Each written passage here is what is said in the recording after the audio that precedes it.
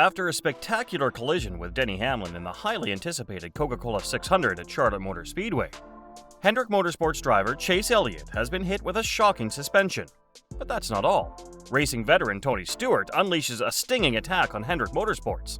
You won't want to miss the details of the current drama in NASCAR, so stay tuned to the video till the end. But before that, please subscribe to our channel and hit that like button for more whereabouts on NASCAR. Races for the Cup and wrecks go together like a tense dance of danger. Even though they are dangerous, these wild events are what fans love most about weekend races. After a dull All-Stars race, the fans' prayers were answered with a thrilling race. A few scary crashes happened at the long-awaited event at Charlotte Motor Speedway, keeping people on the edge of their seats. As the Coca-Cola 600 got closer, there was a lot of excitement in the air. Denny Hamlin was the current king. Would he win again, or would a strong challenger beat him? There was a lot of tension, and the race gods did not let anyone down. At lap 182, chaos broke out right at turn 4 near the start-finish line. Denny Hamlin pushed Chase Elliott hard towards the outside wall, which seemed to be an act of retaliation. In a shocking turn of events, the number 9 driver got back at Hamlin by crashing into the back of his car. This caused Hamlin to lose control of his car and go off the track.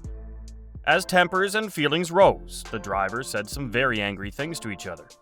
Hamlin even said that Elliott should be punished by being kicked out of the next race. But the 2020 Cup Series winner said it was just a bad accident and that he didn't do anything wrong on purpose. But not everyone was convinced by Elliott's answer, and the famous Tony Stewart was not one of them. As an announcer for Monday's race on Fox, Stewart-Haas Racing co-owner Gene Haas didn't hold back from saying what he thought about the crash as it happened. Stewart gave his view, pointing out that retaliation was a risky move, and that it could hurt a team's chances of scoring points and making the playoffs. Stewart didn't hide the fact that he disagreed with what was being said. After the controversial crash, there was a wave of anger on Twitter directed at Chase Elliott. Elliott was under more and more pressure to get those important points for a spot in the playoffs. Whether it was on purpose or not, it didn't seem like a good idea to do something like that. Even though the people were still talking about it, the governing body had not yet decided what to do. Still, many people were quick to say that what happened was wrong.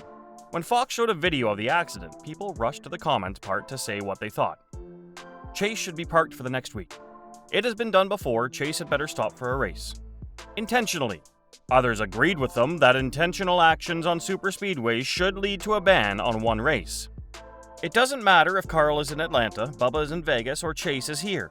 If it's done on purpose on a superspeedway, it should only be for one race. You cannot do that. One person wrote, "What the hell?" to show their shock and disbelief. Is Elliott really that sad? Right into Hamlin. NASCAR's golden boy would have to deal with the consequences of his behavior before the next race. The event could have made it harder for the two drivers to get along with each other or made their rivalry worse. In the end, the result depended on what Elliott and Hamlin did as they tried to deal with this difficult situation. So, what has NASCAR decided? What are the penalties that Elliott is going to face? Chase Elliott will not be able to run in the next NASCAR Cup Series race in St. Louis because he hit Denny Hamlin during the Coca-Cola 600 at Charlotte Motor Speedway. Eldon Sawyer, NASCAR's Senior Vice President of Competition, talked about the problem on Sirius XM NASCAR radio and stressed how serious it was. Sawyer said, "We take this very seriously. After looking at all the information we had, including footage from the car's camera and data about steering, throttle, and brakes, we came to the conclusion that Chase did what he did on purpose." Elliott's team, Hendrick Motorsports, has decided not to appeal the ruling because of the penalty. But the team plans to ask NASCAR for a playoff waiver because Elliott might not be able to compete in the postseason because of the ban. What are your thoughts on NASCAR's one-race suspension? Is this the right way for showing drivers that they can't drive recklessly whenever they want? Tell us what you think in the comments. Also, don't forget to subscribe to our channel and hit the bell button for more updates. NASCAR Senior Vice President of Racing, Eldon Sawyer, talked about what he saw from the tower when the accident happened. The way the crash was shown on screen caught his attention right away. It looked like Elliott made a sharp left turn into the right rear corner of Hamlin's car, sending Hamlin into a head-on crash with the front straightaway wall.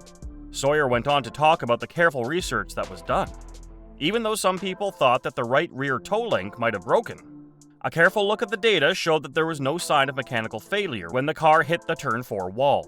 Details like the position of the steering wheel and where the driver's hands were placed, which were caught by the car's camera, added to what was seen at first.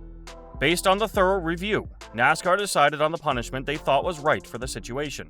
The choice was based on how the collision looked and how well the data fit with what was seen.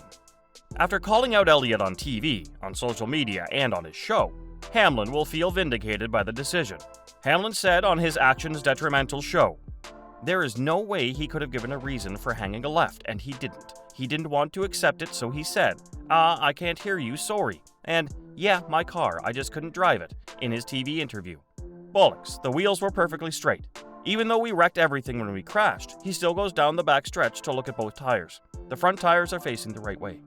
And I pointed out in the data I tweeted that his car was fine once he was inside the wall. You can tell if you have toe link damage or not by looking at the data. So you can basically tell that if your line is crooked in one way and you had to turn it left, you should turn it right. He had a temper tantrum and then turned left on us on the most dangerous part of the racetrack." This weekend, Elliott will no longer drive the number 9 Hendrick Motorsports Chevrolet. Instead, Corey LaJoie will take over. Hendrick Motorsports will not fight the penalty. In a statement, the team said, "We understand that NASCAR needs to keep its officiating consistent. We won't try to get out of the penalty, and we'll make an official request for a waiver from the playoffs." This weekend at Worldwide Technology Raceway, Corey LaJoie, who is 31, will drive the number 9 Chevrolet Camaro ZL1. We're thankful that Corey stepped in and that the Spire Motorsports team made him accessible.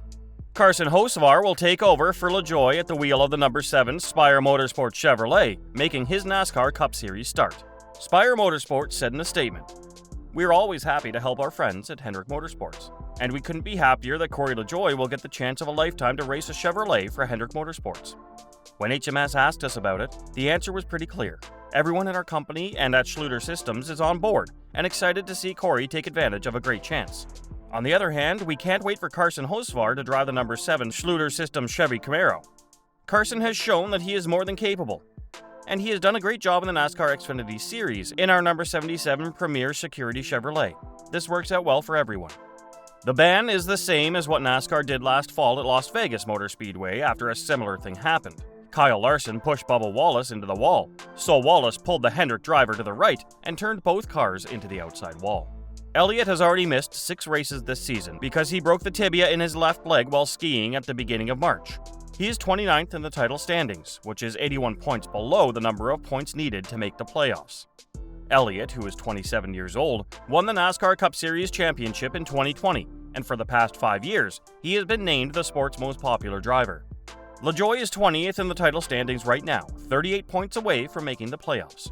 So, let's see if LaJoie lives up to the expectations of Hendrick Motorsports this weekend.